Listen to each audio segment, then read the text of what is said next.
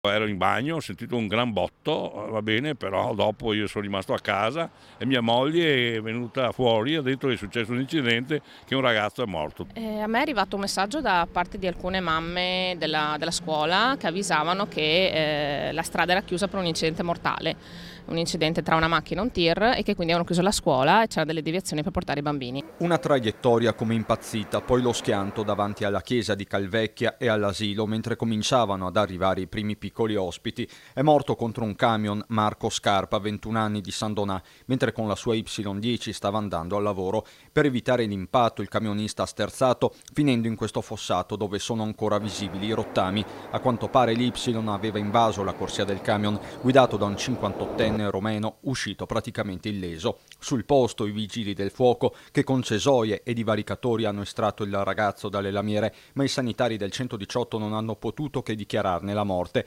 mentre i rilievi sono stati affidati ai carabinieri. E a San Donà c'è sgomento per un'altra giovane vita persa a 24 ore dall'incidente che poco distante da qui è costato la vita a 3 ragazzi, ma non sono episodi isolati, come ricorda il sindaco di San Donà. Un anno nero, e da questo punto di vista veramente non vediamo l'ora che passi. Intanto 5 mesi fa i 4 ragazzi che rientravano da Jesolo, poi in questi giorni appunto 2 incidenti drammatici, e questo è veramente contro natura che un genitore veda morire il proprio figlio o la propria figlia. Quindi ragazzi, mi raccomando, tanto giudizio.